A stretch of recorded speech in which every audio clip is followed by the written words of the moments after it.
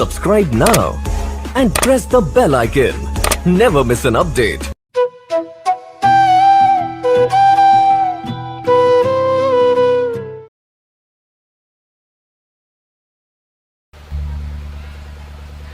बोले सच्चिदानंद भगवान की जय। बोले शंकर भगवान की जय। भागवत भगवान की।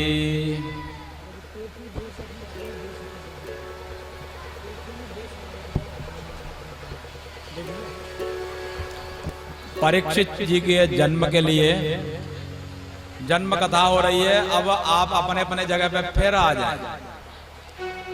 जगह पे तो हैं, लेकिन मन को वहां ले आओ। अभी मन नहीं है। दोबारा से कथा में आ जाएं। अपीपल धर्मराज पितृवत् रंजयन् प्रजा निष्प्रियः सर्वकामेभ्यः कृष्ण पादाब्ज सेवया। इस तरह से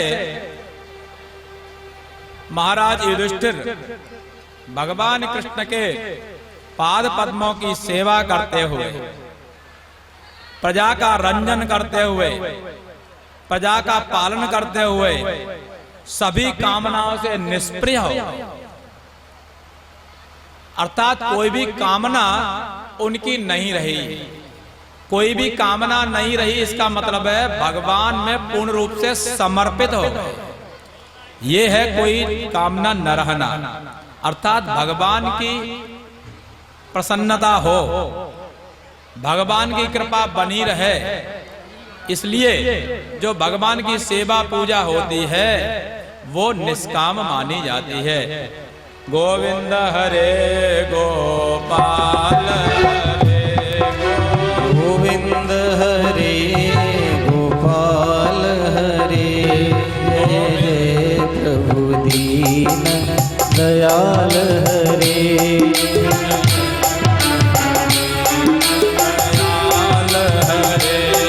गोविंद हरे गोपाल हरे,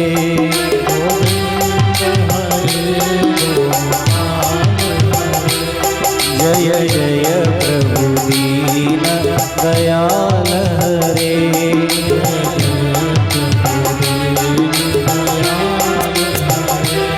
जय श्याम हरे जय राम हरे,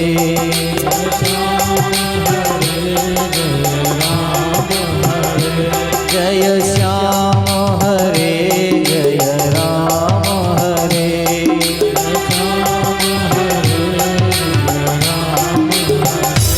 जय जय जय जय सुखराम हरे, जय जय जय जय सुखराम।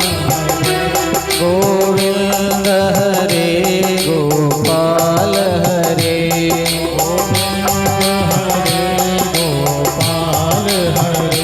जय जय प्रभु दीन दयाल हरे।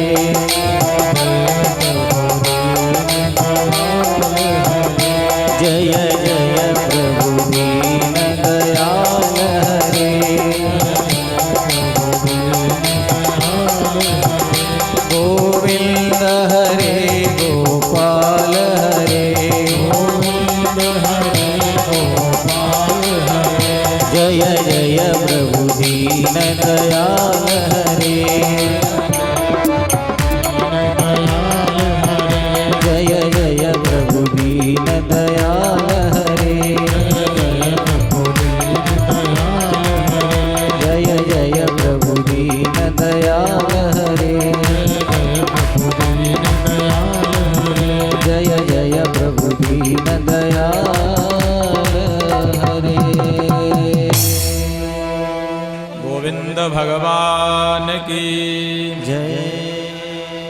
निष्प्रिय होकर के युधिष्ठिर महाराज भगवान की सेवा करते हैं और राज्य का पालन करते हैं।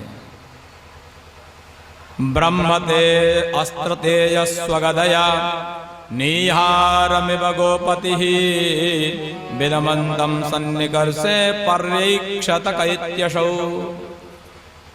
उत्तरा के गर्भ में,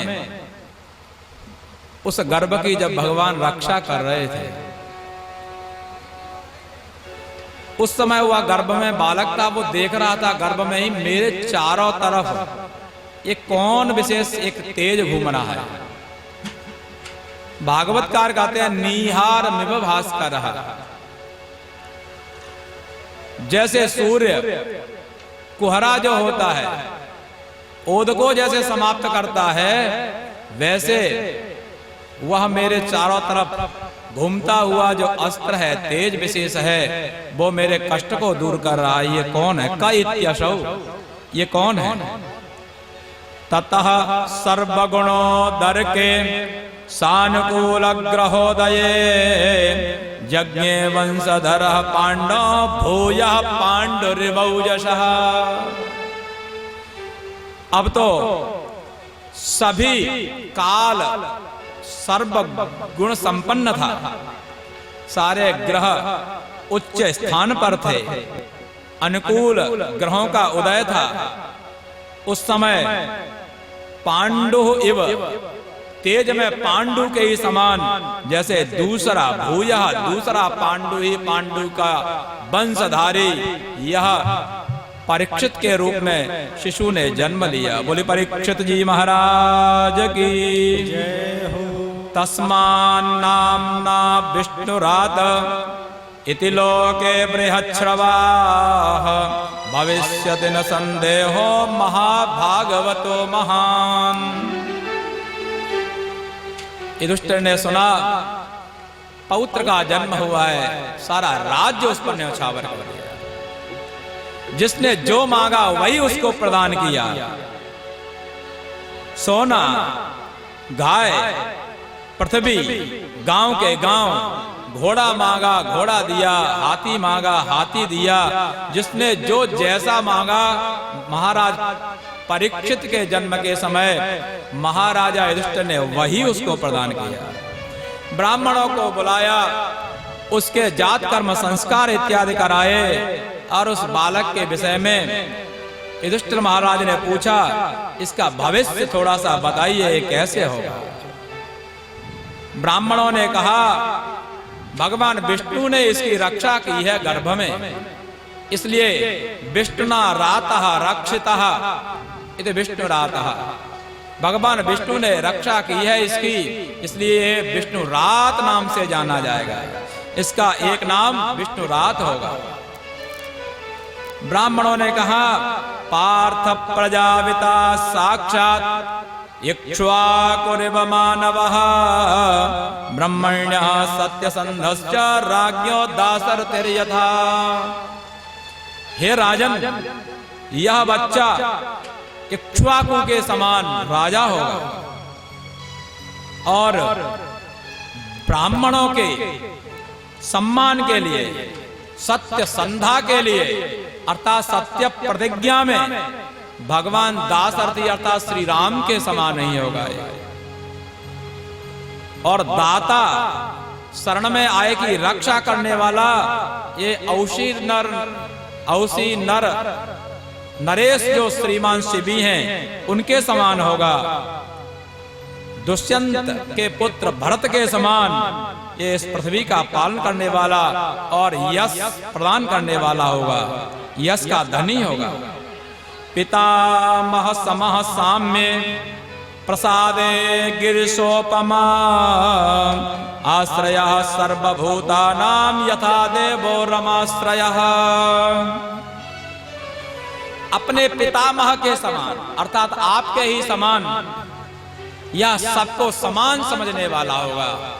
जैसे हे महाराज युधिष्ठिर, आपकी दृष्टि में कोई भी शत्रु मित्र नहीं है, सब समान है, आपके समान ही यह समता में होगा।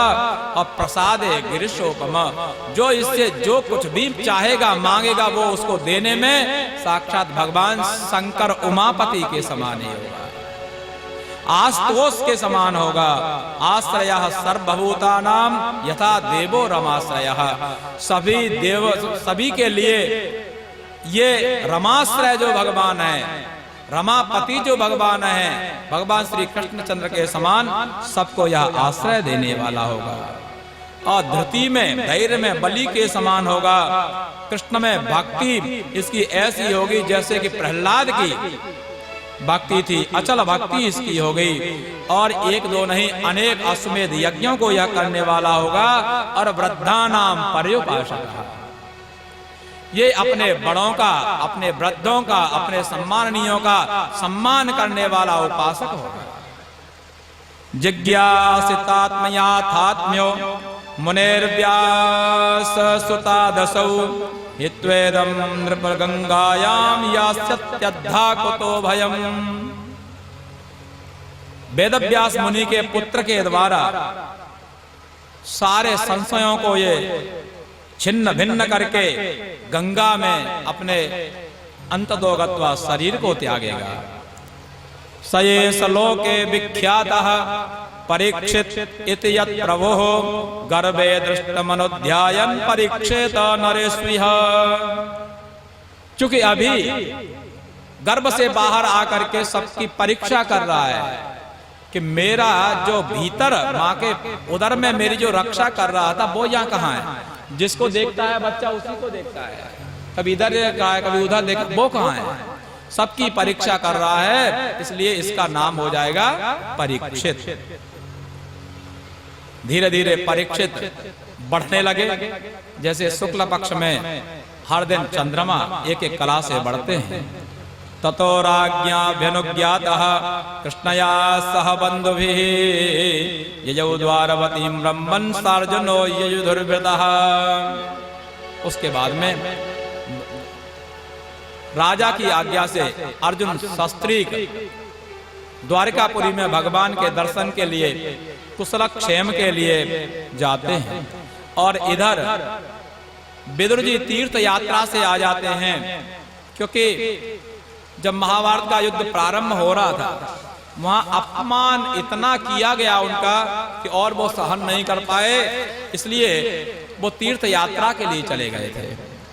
आज विदुर जी तीर्थ यात्रा से लौट करके आए हैं और उन्होंने देखा कि यहाँ तो पूरा का पूरा सब कुछ बदल ही चुका है।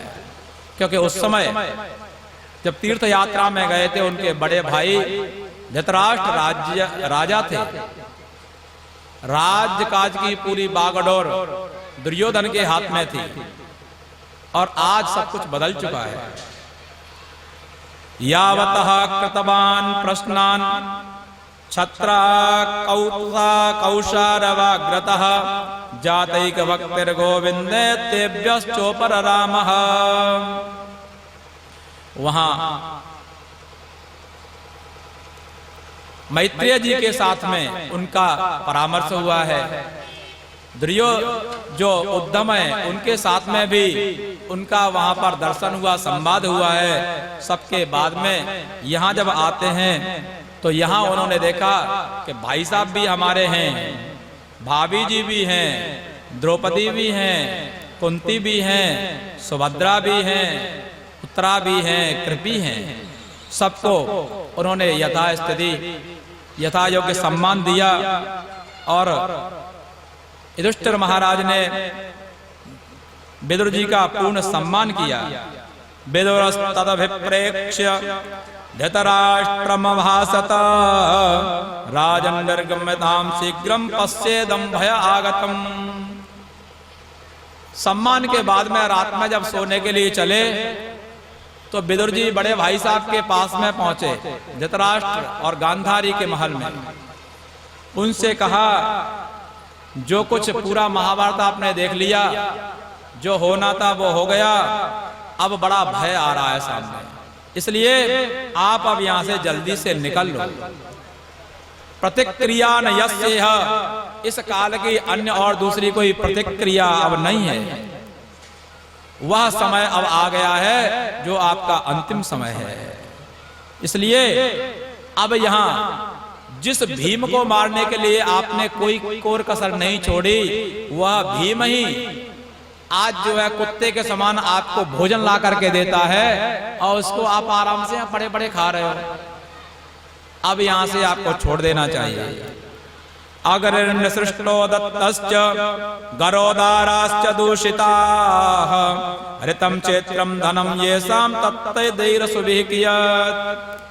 जिनको आपने अग्नि जला करके मारना चाहा, जिनको आपने विष दिया, जिनको आपने जिनकी स्त्रियों को दूषित किया, जिनके धन को, क्षेत्र को, उनके भाग को आपने हरण किया, तरह तरह की यातनाएं उन्हें दी, आज उनके द्वारा आपको भोजन मिल रहा है, आप आराम से पड़े पड़े खा रहे हो। कम से कम थोड़ी तो शर्म करो। यह स्वकात परतो बेह जात निर्वेद आत्मवान हृदय कृत्वा हरिम गेहात प्रव्रजेत स उसत्तमः। जो व्यक्ति स्वयं अपने ज्ञान से, अपना नहीं इतना चेतन है, ज्ञान है, इतनी समझदारी है, तो दूसरे के द्वारा प्रदत्त ज्ञान से जात निर्वेद, इस संसार से विरक्त होकर के, विरक्ति को प्राप्त करके, सब कुछ छोड़ करके जो यहां से चल देता है, हे भाई साहब धृतराष्ट्र जी, वही नरोत्तम है, वही श्रेष्ठ मनुष्य है। और नहीं तो उन सबका अपमान हो, फिर जाना पड़े, फिर क्या फायदा है। इस तरह से उनको समझाया, उनकी समझ में आ गई। जब धृतराष्ट्र आगे आगे चल रहे हैं तो गांधारी भी उनके पीछे हो रही। इस तरह से धृतराष्ट्र, गांधारी, और जब उनको देखा तो जो है विदुर जी भी उनके साथ में चल दिए। सुबह आकर के प्रणाम करने के लिए युधिष्ठिर आते थे, आकर के देखा कि ताऊ जी तो और है ही नहीं, न ताई जी हैं। बड़ी चिंता हुई, कहां चले गए, कैसे चले गए। ढूंढवाना प्रारंभ किया, रोने लगे। तब संजय जी ने उनको समझाया, क्योंकि संजय दिव्य दृष्टि संपन्न थे। अथा जगाम भगवान नारदः सह तुम्बुरुः प्रत्युत्थाना विवाद्याः सानुजोऽभ्यर्चयन्निव। युधिष्ठिर को भगवान समझा ही रहे थे। संजय जी तब तक नारद जी आ जाते हैं, सारी घटना वो बताते हैं कि अब ये इनके लिए चिंता मत करो, आपके ताऊ ताई इत्यादि सब जंगल में चले गए हैं और ज्यादा समय इनका नहीं है। कुछ समय के बाद में ही इनका जो आने वाला और कुछ समय है, उसके बाद में इनका देहावसान होने वाला है।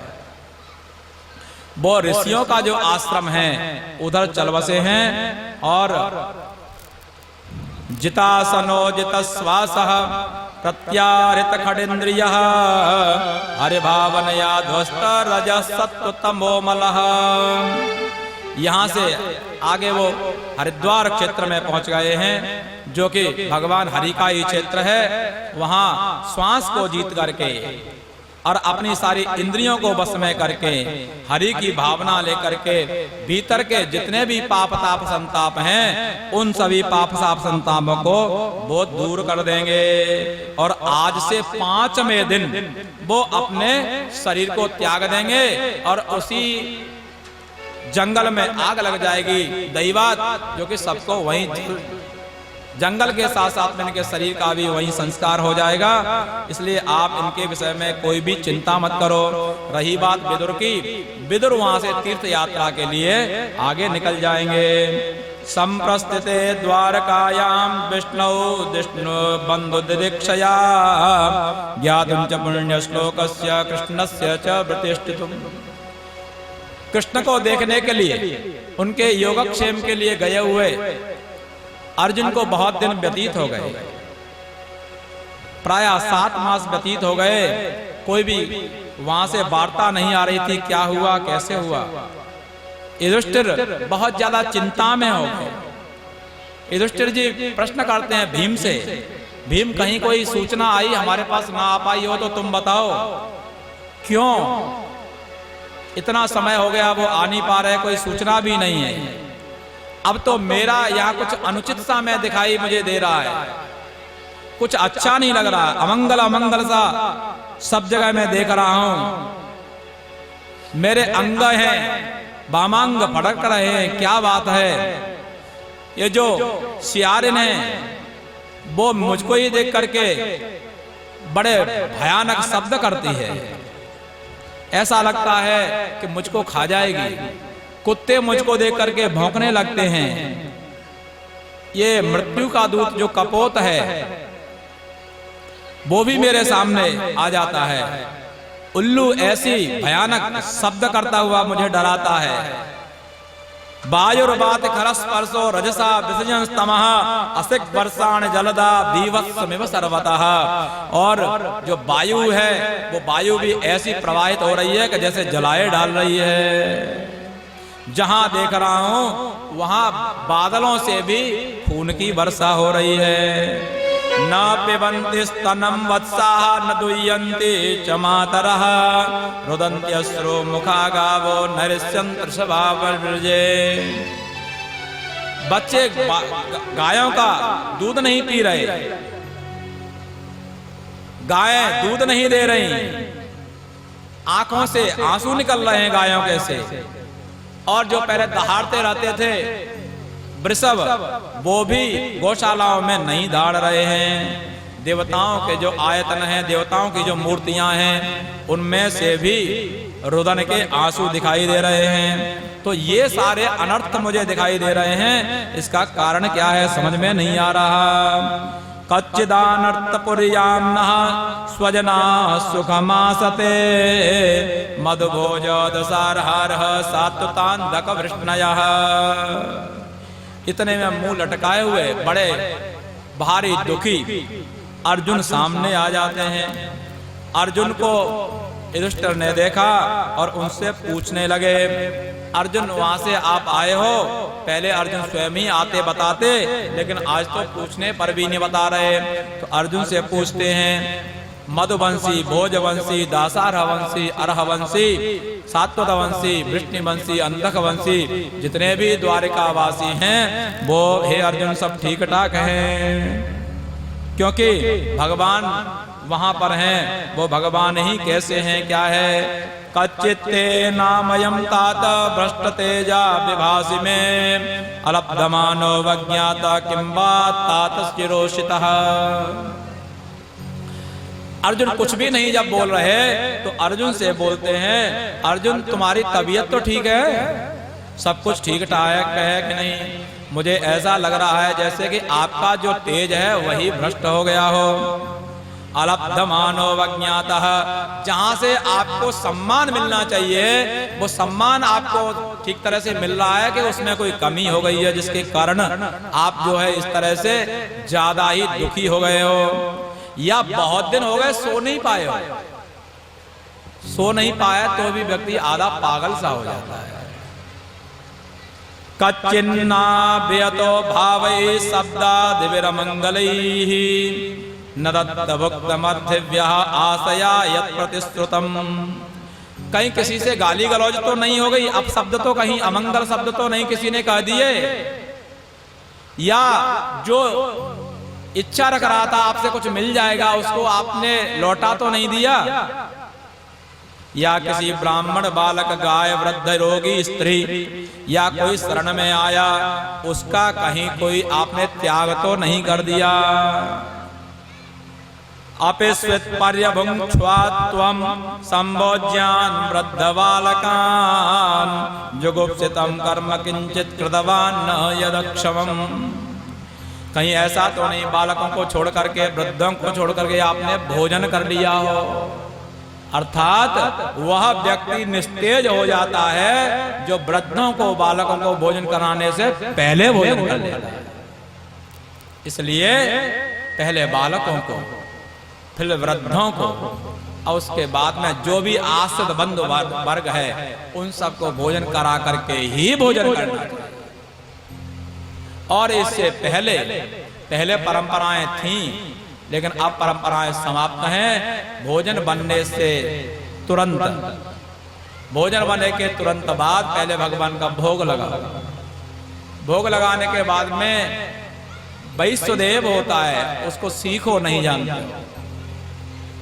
वैष्णदेव करना चाहिए। वैष्णदेवोपरांत 5 बलि की जाती है, जिसको बलि वैष्णदेव कहा जाता है।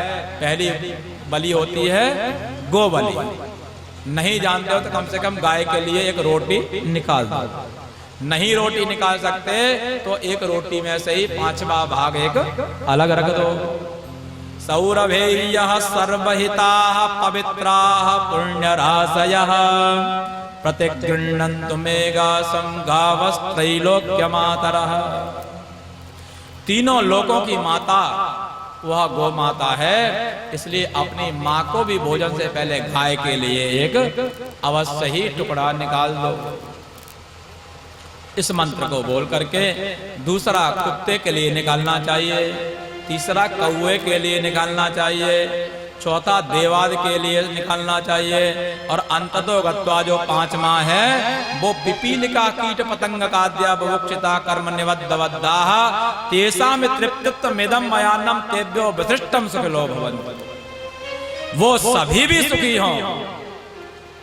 हमारा धर्म समभाव सिखाता है, हमारा सनातन धर्म सबका सम्मान करता है, हमारा धर्म सबको खिला करके खाने की आज्ञा देता है। हमारा धर्म इसलिए सर्वश्रेष्ठ सनातन वह धर्म है। हम चींटी की भी पहले चिंता करते हैं। हमारे धर्म में चींटी को भी ग्रास देने का विधान है, उसके बाद में बालकों को, वृद्धों को, अतिथियों को और जितने भी बंधु वर्ग हैं आपके द्वारा आश्रित हैं उन सबको खिलाने के बाद ही भोजन करना चाहिए। और नहीं तो ऐसा लिखा हुआ है कि वह जो है स्वयं यदि खाता है तो ऐसा लिखा हुआ है कि वह खाने वाला केवलाधी होता है। केवलादो भवत केवलाधी। जो स्वयं खाता है वह पाप ही खाता है, इसलिए उससे बच करके इतने काम हमें जरूर ही करने चाहिए। कम से कम इतना नहीं जानते तो जो जानते हैं उनसे समझना चाहिए, और वो भी कहीं नहीं मिले तो इन 4-5 लोगों के लिए अवश्य ही निकलना चाहिए और जानने की जिज्ञासा करनी चाहिए। तो कहीं न कहीं आपको कोई जानने वाले मिल जाएंगे, बता देंगे। क्योंकि ऐसा यदि नहीं करते तो आप में वो जो तेज है वो समाप्त हो जाता है। फिर आप दूसरे से आंख मिला करके बात नहीं कर सकते। शोकेन सुस्यद वदन हित्सरोजो हृतत्रपः विभुं तमेवानुध्यायन् नाशक्नोत्प्रतिभाषितुम्। अर्जुन इतने ज्यादा शोक से व्याकुल थे, शोक के मारे उनका जो मुख था वो सूख गया था। उन्हीं भगवान का ध्यान करते हुए प्रतिभाषितुम् अपि न अशक्नो, बोलना चाहते हुए भी वो नहीं बोल पाए, क्योंकि वो स्मरण कर रहे थे सख्यम मैत्रीम सौहृदंच सारथ्यादिषु संस्मरन् नृपमग्रजमित्याह वास्तगद्गदया गिरा। उन भगवान के साथ में जो उनकी सखापन था, जो उनकी मैत्री थी, जो उनका सुहृद भाव था, जो उनके सारथी इत्यादि का अनुभव था, उन सबको बार बार स्मरण करते हुए भाई साहब के पूछने पर गदगद वाणी से अर्जुन बोले, वंचितो हम महाराज हरिणा बंधुरूपिणा येन मे परितं तेजो देव विस्मापनम्। अरे भाई साहब मैं क्या बताऊं, जो हमारे सदा बंधु रूप में साथ में थे उन भगवान हरि ने आज मुझे वंचित कर दिया। अर्थात अब मैं उन भगवान का साथ कभी नहीं प्राप्त कर पाऊंगा, जिनके साथ में रहते हुए देव विस्मापनम महत्, मेरा जो तेज था, मेरा जो पराक्रम था, मेरा जो वीर्य था, वह देवताओं को भी विस्मित कर देने वाला था, देवताओं को भी पराजित कर देने वाला था, देवताओं को भी अवभूत कर देने वाला मेरा वह तेज था। लेकिन आज उन भगवान के बिना मैं उस तेज से विहीन हो गया हूं। यस्य क्षण वियोगोपि लोको। कृष्णचंद्र भगवान की जय। भगवान की एक एक लीला का स्मरण करते हुए अस्त्रधारा प्रभावित हो रही है। अर्जुन भगवान का स्मरण कर रहे हैं। यत्तेजसा नाथ यत्तेजसात भगवान युधिशूलपाणिर विस्मापितः सगिरिजोस्त्रमदान्यजं मे अन्ये चाहममुनैव कलेवरेण प्राप्तो महेंद्र भवने महदासनार्धम। हे भाई साहब, उन भगवान के तेज से तेजस्वी होकर के ही, शक्ति से शक्तिमान में होकर के भगवान शूलपाणि अर्थात भगवान शंकर को भी अपने पराक्रम से मैंने अभिभूत कर दिया था और उन्होंने प्रसन्न होकर के मुझे अस्त्र प्रदान किया था। और उन्हीं की कृपा से मैंने देवराज इंद्र के यहाँ पर भी अर्ध आसन पर बैठने की योग्यता पाई थी। माने इसी शरीर से मैंने उन भगवान की शक्ति से शक्तिमान होकर के स्वर्गलोक में जाकर के इंद्र के आसन पर बैठने का सौभाग्य मुझे प्राप्त हुआ। आज वो भगवान और मेरे साथ में नहीं है। सोहम नृपेंद्र रहितः पुरुषोत्तमेन सख्या प्रियेण सुहृदा हृदयेन शून्यः अध्वन्यरुक्रम परिग्रहमंगरक्षन् गोपैरसद्भिरबलेव विनिर्जितोऽस्मि। उन पुरुषोत्तम भगवान के तेज से रहित होकर के भाई साहब मैं आज हृदय से शून्य होकर के रास्ते में आ रहा था और वहीं पर गोपगणों ने ही उनके जो असद बालक थे उन्होंने ही मुझको आज जीत लिया है। जिन अस्त्र शस्त्रों से मैंने भगवान शंकर को प्रसन्न कर लिया था, इंद्रादि को भी मैंने पराजित कर दिया था, वही अर्जुन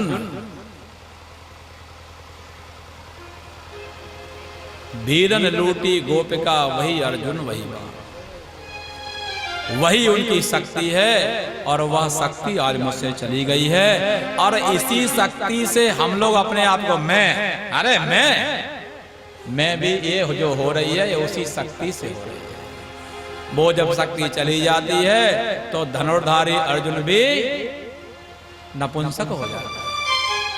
उस अर्जुन को भी सामान्य जो भील हैं, कोल भील, वो भी जीत लेते हैं।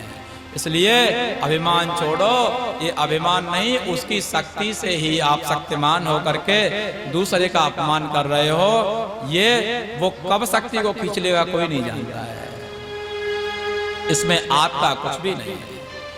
और बारुणी मदराम पीत्वा मदोन्मतित चेतसाम अजानता मिवान्योन्यम चतुपंचवशेषिता। भाई साहब वो आपस में ऐसे एक दूसरे के शत्रु बन गए। द्वारका वाले सभी बारुणी मदिरा पी ली और फिर जो अपना आपा था वो खो बैठे। उनका जो कुछ ज्ञान था, उनमें जो कुछ इस तरह का कुछ समझबूझ थी, समझदारी थी, वो सब समाप्त हो गई।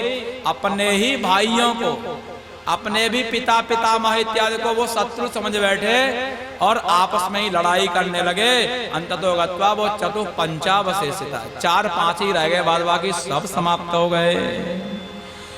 जलौकसाम जले यदवन महांतो दंत्यणीयसः दुर्बलान बलिनो राजन महांतो बलिनो मिथः। जैसे जल में रहने वाले जल जंतु बड़े को छोटा परेशान करता है, छोटा बड़ा छोटे को खा लेता है, बलवान निर्बल को खा लेता है, वैसे ही वो जो है द्वारिकावासी भगवान कृष्ण के जितने भी बंधु बांधव थे, पुत्र पौत्रादिक थे, वो सबके सब आज अब और नहीं है। निशम्य भगवान मार्गम संस्थाम यद कुलस्य च स्वपताय मतिम चक्रे निवृत्तात्मा युधिष्ठिरः। युधिष्ठिर ने जब ऐसा सुना कि अब और भगवान इस पृथ्वी पर नहीं है, तो युधिष्ठिर जी ने भी निश्चित कर लिया जब वही नहीं जिसके चलते हम थे, तो अब और हमें भी यहाँ पर नहीं रहना चाहिए। स्वपताय मतिम चक्रे, अब स्वर्ग में जाने के लिए उन्होंने अपने मन में निश्चित कर लिया। इस तरह से स्वराट पौत्रम विनयनम आत्मनः सुष्मं गुणैः तोयनीव्याः पतिं भूमेरसिंचत कजसाउभये। अपने पौत्र को अर्थात परीक्षित को स्वराट बना दिया, सम्राट बना दिया, जो कि अपने समान ही विनय से शील संपन्न था, समान सारे गुण थे। और तोयनीव्या पतिम, जिसके राज्य की सीमा ही समुद्र था, ऐसी सीमा को उन्होंने, ऐसी पृथ्वी को, सीमा से सीमित उस पृथ्वी को उन्होंने राजा परीक्षित को देकर के सम्राट घोषित कर दिया। और सबको लेकर के वो आज निकल जाते हैं उत्तर दिशा की ओर जाकर के, और सब लोग बद्रीनाथ क्षेत्र से ऊपर चलते हैं। चीरवासा निराहारो बद्धवान मुक्त मूर्जजः दर्शयन्नात्मनो रूपम जड़ोन्मत्त पिशाचवत्। जो अभी कल तक राजा था, वो एक दिन में ही सब कुछ त्याग करके चीरवासा, आज उन्होंने कोपिन धारण कर ली, ऊपर से एक चद्दर ओढ़ लिया, नीचे से एक सामान सा अचला लगा लिया, निराहारा भोजन छोड़ दिया, बद्धवान अपनी वाणी को समाहित कर लिया, मुक्त मूर्धजः केशों को खोल दिया, दर्शयन्नात्मनो रूपम अपने आप को भी आत्मा के रूप में दिखाते हुए जड़ और उन्मत्त की तरह से, पिशाच की तरह से वो सबके सब चलने लगे।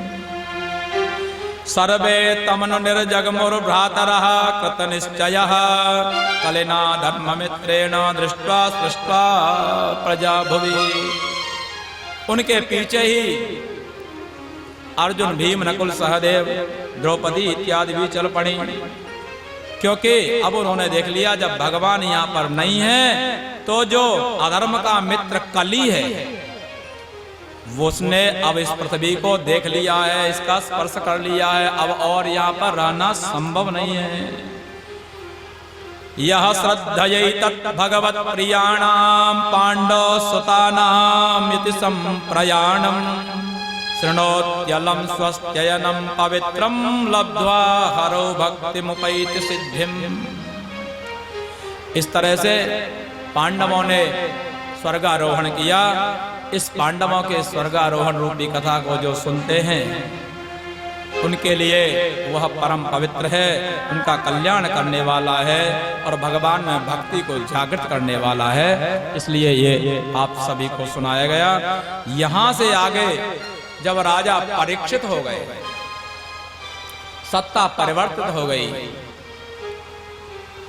उत्तर की पुत्री उत्तरस्य तनयाम उपयेम इरावतीम, इरावती उसका नाम था, उसके साथ में इन्होंने विवाह किया और जन्मेजय इत्यादि 4 पुत्रों को जन्म दिया, जो कि आगे बहुत पराक्रमी हुए। अब देखिए, पौत्र जिसका पिता भी नहीं है, ऐसा पौत्र घर में जवान है, जब भगवान के विषय में सुना और इस पृथ्वी पर नहीं है, उसी समय सम्राट युधिष्ठिर सब कुछ छोड़ करके चल दिए। और हम लोग पुत्र का विवाह हो जाए तब, अब तो एक नाती को देख लें तब, अब तो नाती का भी विवाह हो जाए तब, अरे अब और कहाँ जाएंगे, आंखों से दिखता नहीं, तब फिर तिरस्कार होना तो स्वाभाविक है।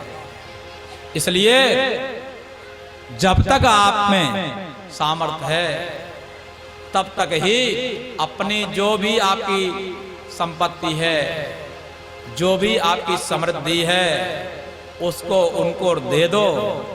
तब क्या फायदा जब वो स्वयं ही आपसे छुड़ा लें। दे करके, और बहुत सारे आश्रम हैं, बहुत सारे तीर्थ हैं, बहुत सारे मठ मंदिर हैं, बहुत सारे, गंगा तो सबको पवित्र कर ही रही है, ये हमारी पद्धति भी है और इससे वो भी फलते फूलते हैं और आपका भी सदा सम्मान बना रहता है। एक दूसरे का सम्मान करने से ही सम्मान होता है, इसलिए एक दूसरे का सम्मान करते हुए अपनी जो गठरी है उसको बहू इत्यादि को सौंप देना चाहिए। संभालो अपनी अपनी, अन्यथा वह एक अनर्थकारी कारण होता है। ऐसा ही युधिष्ठिर जी ने किया, उसको सम्राट बनाया, चल दिए। और देखो, नाभिषेको न संस्कारः सिंहस्य क्रियते वनैः, विक्रमोर्जित सिंहस्य स्वयमेव मृगेन्द्रता। सिंह का कोई जंगल में अभिषेक थोड़ी करता है कि अब तुम ये वनराज हो गए, मृगराज हो गए। वो अपने अर्जित पराक्रम से ही वनराज कहलाता है। मृगेंद्रता उसमें स्वयं उत्पादित कर देता है। हम कितना भी कर लें, हमारे करने से कुछ नहीं होता है, करने वाला वो है। हम तो बेकार में झूठा ही अभिमान लेकर के घूम रहे हैं, हमने ऐसा कर दिया, हम ऐसा कर देंगे, हम, अरे तुम कौन हो करने वाले। इसलिए हम सबको सदा सतर्क रहना चाहिए, ऐसे अभिमानों से हमें बचना चाहिए। उसने स्वयं उत्तर के पुत्री जो इरावती है उसके साथ में विवाह किया, जन्मेजय इत्यादि पुत्र उत्पन्न हुए। अश्वमेध 3 यज्ञ उन्होंने की जो कि गंगा के किनारे हुए। ब्राह्मणों को बहुत दक्षिणा दी, भूरि दक्षिणा। सारद्वतम गुरुम कृत्वा देवा यत्राक्ष गोचरा, और सारद्वत मुनि थे, उनको ही वहां आचार्यत्व दिया गया, जिस यज्ञ में देवता लोग स्वयं सबने दर्शन देवताओं के किए। ऐसी वह सुंदर यज्ञ हुई। एक दिन वह घूमते अपने राज्य में घूम रहे थे। जो राजा हैं उनको समय समय पर अपने राज्य में घूमना चाहिए, उनको देखना चाहिए कि हमारे राज्य में सब कुछ कुशल है कि नहीं, सब जगह कुशल क्षेम है कि नहीं। ऐसा देखने के बाद में तब वह निर्णय ले क्या करना चाहिए। आप राजा बन गए, राजा बनने के बाद में फिर कहां किसका क्या हो रहा, हमें क्या मतलब, ऐसा नहीं होना चाहिए। 5 वर्ष के बाद में किसकी सत्ता आएगी, कभी किसी की शाश्वत आज तक नहीं रही। तो इसलिए जब तक हमें भार मिला है हम उसका पूर्ण रूप से पालन करेंगे, उसके बाद में भगवान जैसा चाहेंगे वैसा होगा। हमें 100% अपना जो हमें दायित्व मिला है उसका हम पालन करेंगे, क्योंकि सत्ता कभी किसी की होती नहीं। आज किसी के पास में है और कल किसी के पास में है। भगवान को साक्षी मानना चाहिए और वही व्यक्ति वास्तव में यश का भागी होता है, वही व्यक्ति सम्माननीय होता है, वही व्यक्ति अपने आदर्शों को स्थापित कर देता है। राजा परीक्षित ने भी वही किया है और राजा युधिष्ठिर ने भी वही किया है। निजग्राहो जसा वीरः कलिम दिग्विजये क्वचित्, नृपलिंग धरम शूद्रम घंतम गोमिथुनम तथा। एक बार घूम रहे थे दिग्विजय के लिए, उन्होंने देखा एक राजा के चिन्ह धारण किए हुए, राजोचित वस्त्र आभूषण इत्यादि पहने हुए हैं, और एक कोई शूद्र है और गो मिथुनम घंतम, 2 गायों को, एक वृषभ एक गाय को वह पैरों से मार रहा है। अब जिसका रक्षक भगवान स्वयं हो, भगवान का परम भक्त जो हो, और गाय को कोई चाहे कितना भी बड़ा राजा हो, वो यदि पैर से मारे तो कहां सहनीय है। तुरंत उसको उन्होंने पकड़ लिया, भाई कौन हो। अथवास्य पदाम्बोज मकरंद लिहाम सताम किमन्यत् असदारापै आयसो यद सद्व्रयः।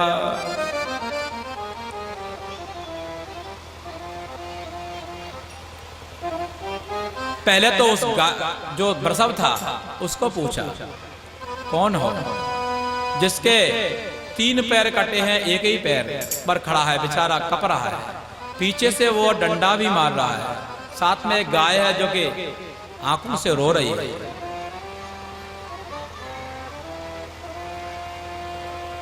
तो वो धर्म बोला, कच्चिद भद्रे नामयमात्मनस्ते बिच्छायासे म्लायते सन्मुखेन आलक्षये भवती मंतरादिम दूरे बंधम सोचसे कंचनाम। हे गो, तुम क्यों रो रही हो? वो वृषभ पूछ रहा है गाय से। गाय ने उससे ही पूछा, तुम्हारे 3 पैर नष्ट हो गए, तुम ही अपना बताओ।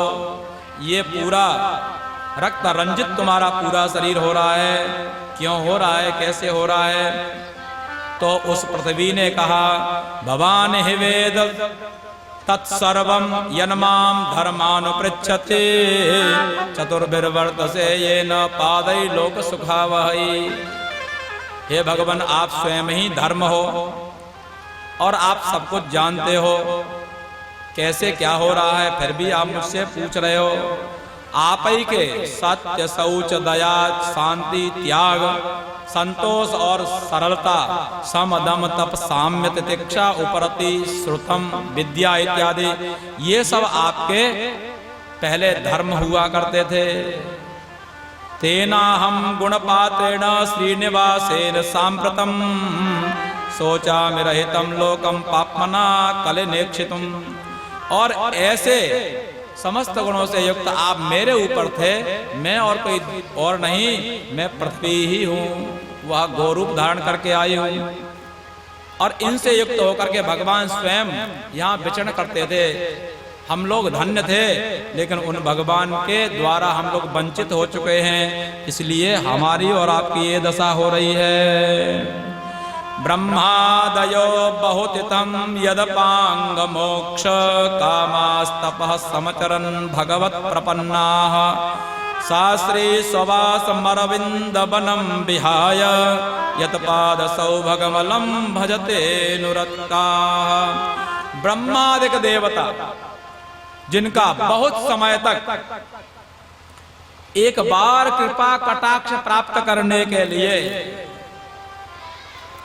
वर्षों वर्षों तक तपस्या करते रहते हैं, और जिनके चरणारविंदों में आसक्त होकर के अरविंद वन को त्याग करके लक्ष्मी जिनके चरणारविंदों में आकर के सदा अपने आप को अचल कर लेती है, उन भगवान के द्वारा हम वंचित हैं, इसलिए हमारी और आपकी ये दशा है। गाम च धर्म दुघाम दीनाम वृषम शूद्र पदाहताम विवत्साम शास्त्रवदनाम क्षामाम यवसमिच्छति। इस तरह से धर्म और पृथ्वी का ये संवाद हो रहा था, और राजा ने पीछे से ये कुछ सुना। राजा ने उनसे पूछा कि मां सौरभेयानुसुचो बेतुते व्यसलाद भयम मारोति दम्भ भद्रम ते खलाना मयि शास्त्री। हे मां, जो कुछ हो गया सो हो गया, मुझे बताओ अपना कष्ट क्या बात है। बिल्कुल इस जो आपको मारने के लिए डंडा उठाए हुए, इससे बिल्कुल भी मत डरो। मैं आप लोगों का संरक्षक यहां पर उपस्थित हूं, बताओ क्या बात है।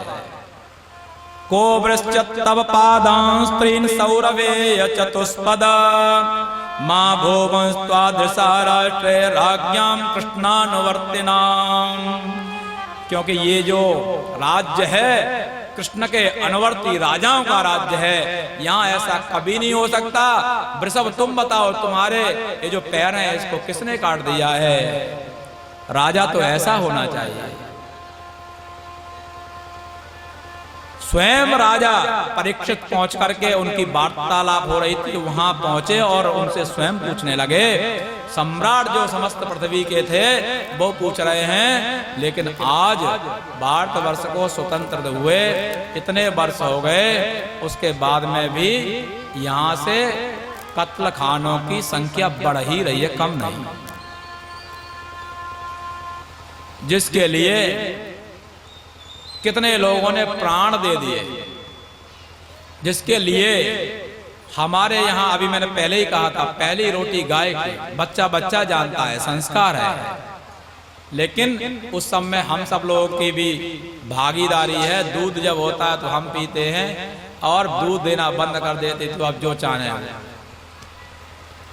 इसके कारण ही ये दुर्दशा है। इसलिए इसके लिए हमें कुछ समय सोचना चाहिए।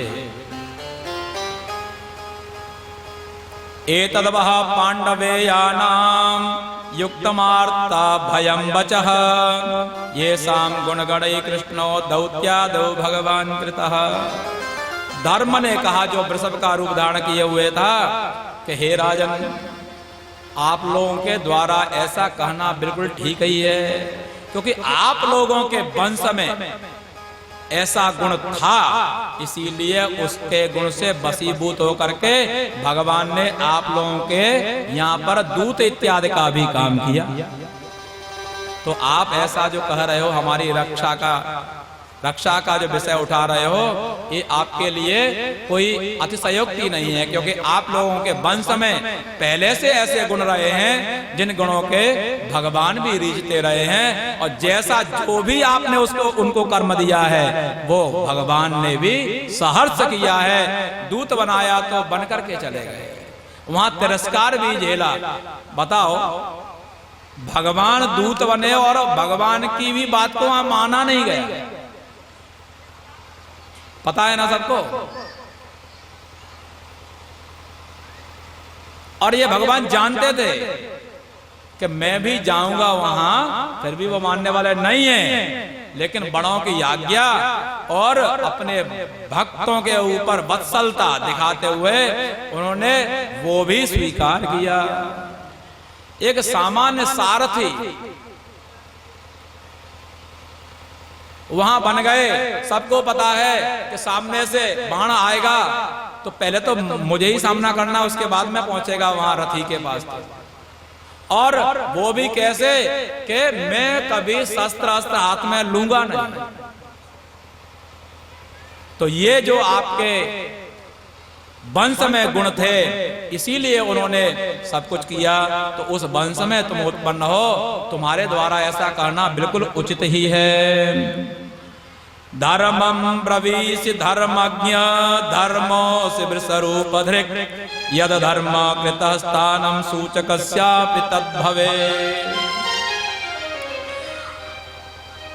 हे धर्मज्ञ, राजा कहते हैं उनसे, तुम धर्म की बातें कर रहे हो, वृष का तो रूप धारण किया हुआ है, वास्तव में आप वृषभ नहीं हो, आप धर्म ही हो।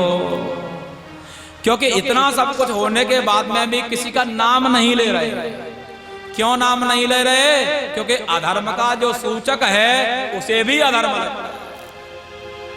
उन्होंने ऐसा कर दिया, जो कहने वाले हैं उनको भी अधर्म लगता है। इसलिए जिसने आपके पैर काटे, पूछने पर भी उसका नाम आप नहीं ले रहे। तपः शौचम दया सत्यम इति पादा कृते कृताः अधर्मांसैस्त्रयो भग्नाः स्मय संगमदैस्ततः।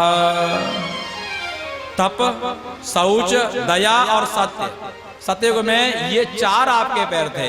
अर्थात सभी प्राणी तपस्या करते थे, सभी पवित्र रहते थे। और आजकल बड़े से बड़े ज्ञानी ध्यानी है ना, शौच माने पवित्रता। बोले मुझे भी बड़ी लज्जा सी लगती है, कैसे कहूं, लेकिन आजकल नियम सा बन गया है। क्या है कि बेड से तब उठते हैं तब पहले बेड टी तो हो, चाहे तो हमारे स्नान से पहले ही लेते हैं। ले लो भाई, आप समर्थ हो, लेकिन शौच पवित्रता होनी चाहिए। सुबह सुबह प्रातः स्मरण करो, मुंह हाथ धो करके शौचाचार करो, देवताओं का वंदन पूजन करो और उसके बाद में चाय भी लो, जलपान भी करो। कौन मना कर रहा है? तो इसलिए ऐसी कहीं आदतें यदि हैं तो उनको त्यागना ही मुझे लगता है ज्यादा अच्छा है। आप लोग भी विचार करना, त्यागा जाए या न त्यागा जाए। कुछ समय के बाद में एक बहुत बढ़िया उदाहरण आपके सामने आएगा। इसलिए सभी लोग तपस्या करते थे, सभी लोग पवित्र रहते थे, सभी लोगों की दया सब में थी और सभी लोग सत्य का आचरण करते थे, सभी सत्य बोलते थे, सभी जिसको जैसा कह दिया वैसा आगे भी करते थे। सोचत्यश्रुकला साध्वी दुर्गवे बोध्यताधुना अब्रह्मण्या निपब्राजा शूद्राः भोक्षन्ते मामिति। और ये जो दूसरी है गाय है, ये गाय भी नहीं है, ये पृथ्वी है, गाय का रूप धारण करके आ गई है, क्योंकि तपस्या से वो सब कुछ प्राप्त किया जा सकता है। क्योंकि ये इसलिए सोच रही है, रो रही है, क्योंकि अब आगे आने वाले जो अधार्मिक राजा हैं वो मेरा उपभोग करेंगे, तो इसलिए पृथ्वी भी रो रही है। पतितं पादयोर्वीरः कृपया दीनवत्सलः शरण्यो मामदीत् श्लोक्य आह चेदं हसन्निव। और पीछे जब उसकी तरफ देखा जो उनको डंडा लेकर के मार रहा था, तो बेचारा भय से भयभीत होकर के पैरों में साष्टांग दंडवत कर दिया। बोले महाराज मुझे मत मारो, मैं तो आपके शरणापन्न हूं और आप दीनों के वत्सल हैं, दीनों के ऊपर कृपा आप करते हैं, आप बड़े शरण्य हैं, अर्थात जो आपकी शरण में आता है उसकी रक्षा आप करते हैं, इसलिए मेरे ऊपर कृपा करो। तो राजा समझ गए ये कोई दूसरा नहीं, ये कलयुग है और उसका समय आ गया है, इसका कोई दूसरा दोष नहीं है। क्योंकि 1 बजे के बाद में घड़ी तो आगे सुई जाएगी कि नहीं जाएगी? क्योंकि घड़ी बनाई इसलिए, नहीं तो आप भी फेंक दोगे, हट ये चूनादानी क्यों पहन रखी है, चले तभी तो घड़ी है। तो अब कलयुग का समय आ गया, तो राजा ने समझ लिया। राजा ने उसका शासन करते हुए कहा सुनो, नते गुणा के सयसो धराणाम बद्धांजलैर्वै भयमस्ति किंचित नवर्तितव्यं भवता कथंचन क्षेत्रे मदीये त्वमधर्म बंधु। हे अधर्म बंधु, ये जो कलयुग है ये अधर्म का बंधु है। हे अधर्म के बंधु, तुम मेरी चूक शरण में आ गए हो, अब तुम्हें भय नहीं करना चाहिए, निर्भय हो जाओ। लेकिन हम लोग गुणाकेश यशोधराणा, अर्थात भगवान श्री कृष्णचंद्र के भक्तों के यश को धारण करने वाले, उनके परम भक्तों के इस राज्य में आप हो, इसलिए तुम यहां मत रहो, हमारे राज्य में मत रहो और निर्भय होकर के आप विचरण करो, कोई समस्या नहीं है। वो कलयुग हाथ जोड़ करके बोला, बोले महाराज ऐसी जगह कहीं बता दो जहां आपका राज्य न हो। सब जगह तो आपका ही राज्य है, क्योंकि पहले कहा गया तो अनिव्या, माने तो अनिव्या पति ही, समुद्र ही जिसका परिधि हो ऐसा राज्य के वो राजा थे। तो इसके अतिरिक्त और कहीं स्थान ही नहीं है, मैं कहां जाऊं। यत्र क्वचन वत्स्यामि सार्वभौम तवाज्ञया लक्ष्ये तत्र तत्रापि त्वामात्तेषु सरासनम। मैं तो भगवान जहां भी जा रहा हूं राजन, वहां आप ही को देख रहा हूं कि आप ही धनुष ताने हुए खड़े हो, क्योंकि आपकी सीमा है। अब मैं वहां जाके जैसे ही अपना बोरी बिस्तर रखूं तो तुरंत ही आपके पास खबर आ जाएगी, क्योंकि आपके सब जगह दूत घूम रहे हैं, तुरंत आप वहां खड़े हो। तो मैं यार यहाँ से और जाऊं कहाँ। बार बार गिड़गिड़ाने लगा तो राजा ने द्यूतम पानम स्त्रियः सूना यत्रा धर्मस् चतुर्विधः, जहां द्यूत होता हो, जुआ जहां होता हो, पान जहां होता हो, जहां हिंसा होती है और जहां वैश्यावृत्ति होती हो, तुम इन 4 जगहों पर रह सकते हो। कलयुग ने फिर कहा, बोले ये आपके राज्य में भी नहीं है, ये भी आपके राज्य में नहीं है, अब मैं कहां जाऊं। पुनश्च याचमानाय जात रूप मदात प्रभो ततो नृतम मदम कामम रजो वैरम च पंचमम। तो उन्होंने कहा जहां झूठ बोला जाता हो, जहां मद हो, जहां काम हो, जहां रज हो, जहां बैर हो, और जहां अधर्म का पैसा हो, वहां रहना। धीरे धीरे उसने कहा कि अब शायद कहीं जगह मिल जाए। वृषस्य नष्टान स्त्रीन पादान तपः शौचम दयामिति प्रतिसंधय आश्वास्य महिम च समवर्धयत्। इस तरह से राजा ने 3 जो वृषभ के पैर कटे हुए थे उनको फिर दोबारा से ऑपरेशन किया, जोड़ा, और वह जो गाय थी उसको भी अभय दिया, आप निश्चिंत रहो, कोई समस्या कहीं भी नहीं होगी। तावत् कलिर्न प्रभवेत् प्रविष्टो पीय सर्वतः यावदीशो महानुर्व्याम अभिमन्यवैकराट। तो सूत जी महाराज कहते हैं, हे शौनकादि ऋषियों, जब तक राजा परीक्षित राजा थे तब तक कलयुग जो है प्रवेश नहीं कर पाया। नानुद्वेष्ट कलिम सम्राट सारंग इव सारभुक कुशलान्यास सिद्ध्यन्ते नेतराणि कृतानि यत्। लास्ट में उसको इसलिए थोड़ा सा छूट दी गई क्योंकि सारंग इव सारभुक, वह जो राजा थे सारंग अर्थात भौरा के समान सारग्राही थे।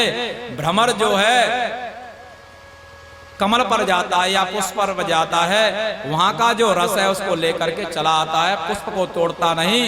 इसी तरह से इस कलयुग में भी बहुत सारे धर्म हैं, बहुत सारे लाभ हैं, उनको देख करके इसको उन्होंने स्थान दिया। वो ये है कि कलयुग में कुछ कहने से मानस पुण्य होए नहीं पापा। मन में कहो हमने 10 गाय दान कर दी तो उसका कुछ फल मिल जाएगा, लेकिन मन में किसी को अनर्गल प्राप्त करने से कोई अनर्थ नहीं होता, इसका मतलब करना नहीं चाहिए। और हरेर नाम हरेर नामैव केवलम कलौ नास्ते वनास्ते वनास्ते वगतिर अन्यथा। कलयुग में भगवान का नाम लेकर के ही मुक्ति प्राप्त की जा सकती है, जो और युगों में संभव नहीं है। ऐसा देख करके इसमें भी लाभ उन्होंने समझा, और कलयुग का चूंकि समय आ गया था इसलिए उसको उन्होंने आश्रय दिया। तुलयाम लवे नापे न स्वर्गम ना पुनर्भवम भगवत संग संगस्य मर्त्यानाम किमुठाशिषः। शौनकादि ऋषि कहते हैं, भगवान सूत जी महाराज आपके द्वारा भगवान की ये जो कथा है, परीक्षित महाराज के जन्म कर्म की जो कथा है, ये चूंकि परीक्षित भगवान के परम भक्त हैं, उनकी कथा सुन करके हमें बड़ा आनंद आ रहा है। को वा न तृप्येत रसवेत कथायाम महत्तमैकांत परायणस्य नान्तं गुणानाम अगुणस्य जगमुर योगेश्वराय भवपाद मुख्याः। भवपाद मुख्याः, भव माने भगवान शंकर, और पाद्म मुख्या, पाद्म माने भगवान ब्रह्मा जी। ये लोग भी सदा उनका गुणगान करते रहते हैं, लेकिन उसके बाद में कभी भी भगवान के कथा रूपी रस से कभी तृप्त नहीं होते। तो कौन ऐसा अभागा होगा जो तृप्त हो जाए। एकदा धनुरुद्यम्य विचरन् मृगयाम वने मृगाननुगतः श्रांता चुदितस्त्रिशो वृषम्। एक बार वह अभिमन्यु पुत्र परीक्षित जंगल अपने राज्य में घूम रहे थे, शिकार करने के उद्देश्य से जंगल में चले गए। जंगल में चले गए तो ऐसा हिरन भगता भगता आगे चला गया, और हिरन को तो छोड़ो, हिरन तो भागा, एक बराह के पीछे भागे, वो भी इधर उधर जा करके छिप गया।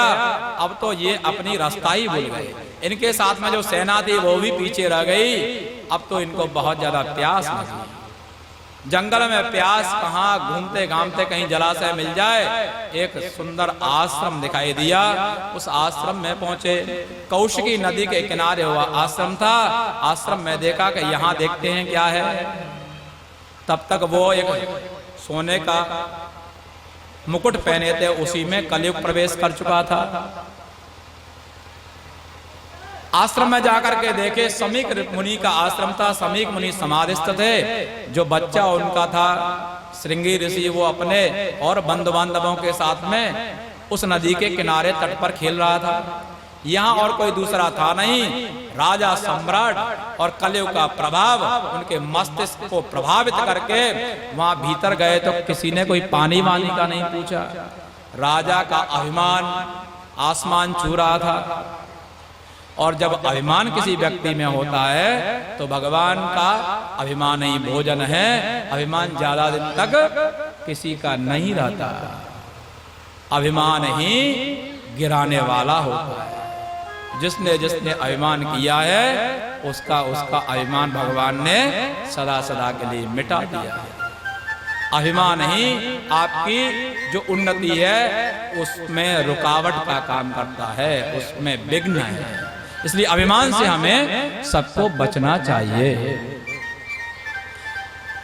जब राजा ने देखा, अरे मेरा सम्मान नहीं हुआ, न कोई पानी पूछ रहा है, न कोई बैठने के लिए पूछ रहा है। एक ऋषि को देखा, वो बैठे हैं, उनको कुछ पता नहीं, आंखें बंद हैं, समाधि में हैं। बाहर देखा, एक सर्प मरा हुआ पड़ा था। धनुष की कोटी से, धनुष की एक किनारे से उसको ऐसे उठाया, और देखते हैं कि परीक्षा लेते हैं। जंगल में रह रहे हैं, पता नहीं कहीं से डकैती वकैती करके तो नहीं आ गए, और यहाँ मुझे देख करके समाधिस्थ हो गए हों। कभी कभी भेष बदल देते हैं ना, तो इनकी परीक्षा लेते हैं। उसी अपने धनुष की कोटी से किनारे से उसको मरे हुए सांप को उठाया, और उस मुनि के गले में माला की तरह से ऐसे करके डाल दिया। और मुनि वास्तव में समाधि में थे, वो टस से मस हुए नहीं। अब तो बड़े भारी राजा को लगा क्या चक्कर है। राजा को मुंह जैसी खानी पड़ी। वो समझ रहे थे कि जैसे ही ये गले में जाएगा तुरंत भड़बड़ा करके खड़े हो जाएंगे, लेकिन वहां कुछ पता नहीं। इधर उधर देखा, कोई और दूसरा था नहीं। राजा अपने पैरों वहां से लौट करके राज्य की तरफ रास्ता देखते देखते निकल आए। इधर से तब तक कोई एक बच्चा देखा कि गुरुजी के गले में तो आज बड़ी दिव्य माला है। पास में जाकर के देखा, मरा हुआ सर्प है। बालक से और कुछ नहीं हुआ। उनका जो पुत्र वहां खेल रहा था श्रृंगी, उसको जाकर के बताया, अरे तू यहाँ आनंद कर रहा है, वहां तेरे पिता के गले में किसने मरा हुआ सांप डाल दिया है। बच्चा जैसे ही ये सुना तुरंत भगा भगा आया, और भगा भगा का पहले तो रोष में आदमी होश को बैठता है, जो अकर्तव्य है उनको कर बैठता है। इसलिए रोष में अपने आप को भगवान का स्मरण करना चाहिए, जल का पान करना चाहिए। वहीं से उन्होंने जल लिया और उन्होंने संकल्प कर दिया कि मेरे पिताजी के गले में जिसने इस सर्प को डाला है, यही सर्प तक्षक बन करके और 7वें दिन इसको समाप्त कर देगा, ध्वंस कर देगा। और दौड़ते दौड़ते रोते रोते यहाँ आया, और सारे बच्चे आए। रोदन सुन करके समाधि खुली ऋषि की। क्या हो गया? अरे देखो गले में क्या है। पूछा, अरे कोई बात नहीं। उन्होंने उधर डाल दिया कि नहीं, मैंने तो उसको श्राप दे दिया जिसने डाला है। समीक ऋषि ने समाधि से देखा, ये कौन है डालने वाला, सब कुछ उनको दिखाई दे गया। उन्होंने कहा, देखो बेटा, तुमने ये जो किया है बहुत गलत किया है। ये तुम्हें ऐसा नहीं करना चाहिए था, क्योंकि जिसने ये किया है उन्हीं के द्वारा रक्षित होकर के हम यहाँ पर भजन पूजन कर पा रहे हैं, अपने धर्म का पालन कर पा रहे हैं। इसलिए तुमने जो उनको श्राप दिया है वो बिल्कुल अच्छा नहीं किया है। बोले मैंने तो दे दिया, जो कुछ होना था हो गया, अब तो लौटाना संभव नहीं। समीक ऋषि ने एक अपने शिष्य को राजा के पास में पहुंचाया कि भाई उनसे बोलो इस तरह का श्राप तुम्हें मिल चुका है, सावधान हो जाओ। और इतने में राजा स्वयं अपने घर में जाकर के मुकुट जैसे ही उतारा तो राजा स्वयं अपना माथा पीट रहे हैं कि ये मैं क्या करके आ गया,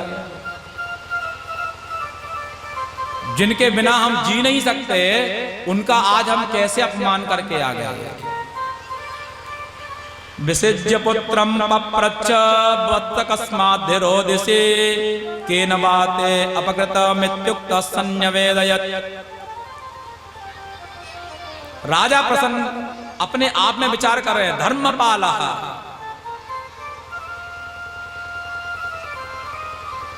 हम लोग धर्म की रक्षा करते हैं, ऋषि मुनि धर्म के पालक हैं, इनके प्रति मेरी ये कैसे बुद्धि हो गई।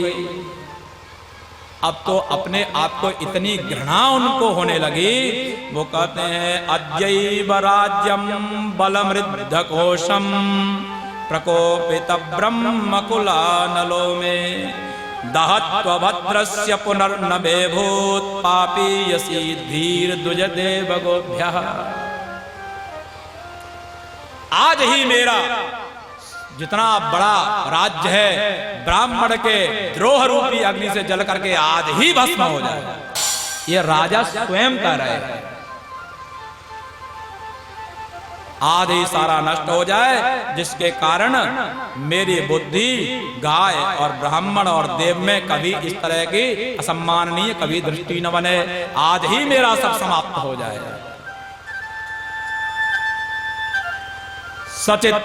सचिंतयन् नित्यमथास्नोद यथा मुने सुतोक्तो नृतिर्तक्षकाख्यः ससाधु मेने नचिरेण तक्षकानलं प्रसक्तस्य विरक्ति कारणम्। इतने में वो शिष्य पास में पहुंचता है और उनको ये संदेश देता है कि राजन आपके लिए इस तरह का श्राप हो चुका है। उन्होंने समझा कि मेरी मृत्यु तक्षक के द्वारा आ गई। उन्होंने कहा भैया ये इतनी देर उन्होंने क्यों की, 7 दिन कौन अब अपेक्षा करे, मैं तो चाहता हूं आज ही मेरा शरीर पूरा हो जाता। सब कुछ उन्होंने तुरंत ही त्याग दिया। अपने पुत्र को तुरंत जन्मेजय को बुलाया, सम्राट बनाया और यावै लसच्छ्रीर तुलसी विमिश्र कृष्णांग्रिणवं व्यधिकाम्बुनेत्री पुनाति लोकानुभयत्र शेषान् कस्तान्न सेवेत मरिष्यमाणः। जो सदा भगवान कृष्ण के चरणों में चढ़ी हुई तुलसी से अलंकृत होते हुए प्रवाहित होती है, अर्थात गंगा जी, सब कुछ छोड़ करके गंगा जी का आश्रय उन्होंने ले लिया। और वो कहते हैं कौन ऐसा है, शेषान ईसों के सहित सबको वह पवित्र करती है, मुझे भी पवित्र अवश्य ही करेगी।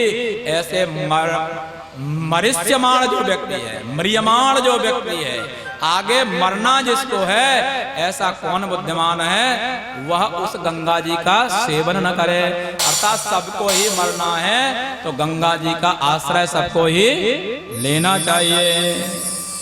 अन्ये च देवर्षि ब्रह्मर्षि वर्या राजर्षि वर्या अरुणादयश्च ये नानान श्रेय प्रवरान समेतान अभ्यर्च राजा शिरसा बवंदे।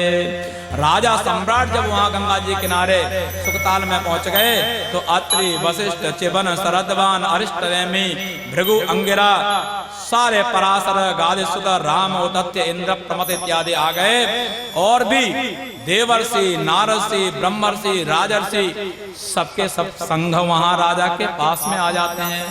बड़ा बहुत भारी वहां पर सभा एकत्रित हो जाती है। राजा सबके सामने खड़े होकर के हाथ जोड़ करके पूछते हैं, पुनश्च भूयाद भगवत्यनन्ते रति प्रसंगश्च तदाश्रयेषु महश्रियाम्यां कयामि सृष्टिं मैत्रस्तु सर्वत्र नमो द्विजेभ्यः।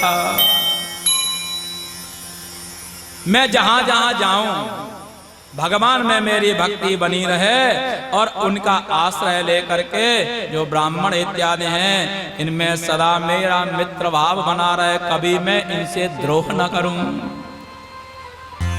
ऐसा सबको जितने ऋषि महर्षि थे उनको निवेदन करके और उत्तर मुख करके उदंग मुख होकर के और कुशासन पर महाराजा बैठ जाते हैं। ततश्च वः पृच्छमिमं विपृच्छे विस्रभ्य विप्रायति कृत्यतायां सर्वात्मना म्रियमाणैश्च कृत्यं शुद्धं च तत्रामृतसा वियुक्ता। हाथ जोड़ करके सबसे पूछते हैं, भैया अब जो मरने वाला है उसको क्या करना चाहिए? ऐसा वो पूछ ही रहे थे कि तत्रा भवत भगवान व्यासपुत्रो यदृच्छयागामटमानो नपेक्षः अलक्षलिंगो निजलावतुष्टो व्रतश्च बालैरवधूतवेशः। एकाएक वहां देखा कि बालक और स्त्रियों से प्रवृत्त माने चारों तरफ से घिरे हुए वेद व्यास जी के पुत्र श्री सुखदेव जी महाराज का प्रादुर्भाव हो जाता है। वास्तव में इतनी भीड़ भाड़ में वो तो जंगल में रहते थे, यहाँ आ कैसे गए? तो भागवतकार कहते हैं तत्रा भवत भगवान व्यासपुत्र, भगवान ही व्यासपुत्र के रूप में वहां प्रकट हो जाते हैं। क्योंकि यदृच्छया गाम अटमानो नपेक्षः, वो तो यदृच्छया भाग्यवशात कहाँ घूम रहे हैं कहीं कोई ठीक नहीं है उस पृथ्वी पर भटकते हुए, क्योंकि कभी किसी से उनकी अपेक्षा कुछ भी नहीं है, ना उनको अपेक्षा है ना उनसे किसी की। वो ऐसे घूमते रहते हैं, अलक्ष लिंग हैं, सदा निज लाभ में संतुष्ट रहते हैं। भगवान श्री सुखदेव जी का वहाँ प्रादुर्भाव होता है, जिनके बड़े सुंदर सुंदर एक एक अंग का यहाँ पर वर्णन है।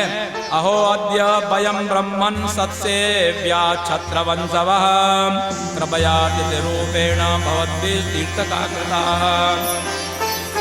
राजा परीक्षित ने श्री सुखदेव जी महाराज को उच्च आसन दिया, प्रणाम किया, उनका पूर्ण रूप से स्वागत सत्कार पूजन करके हाथ जोड़ करके बोलते हैं कि हम तो वास्तव में छत्र बंधु हैं, पतित क्षत्रिय हैं।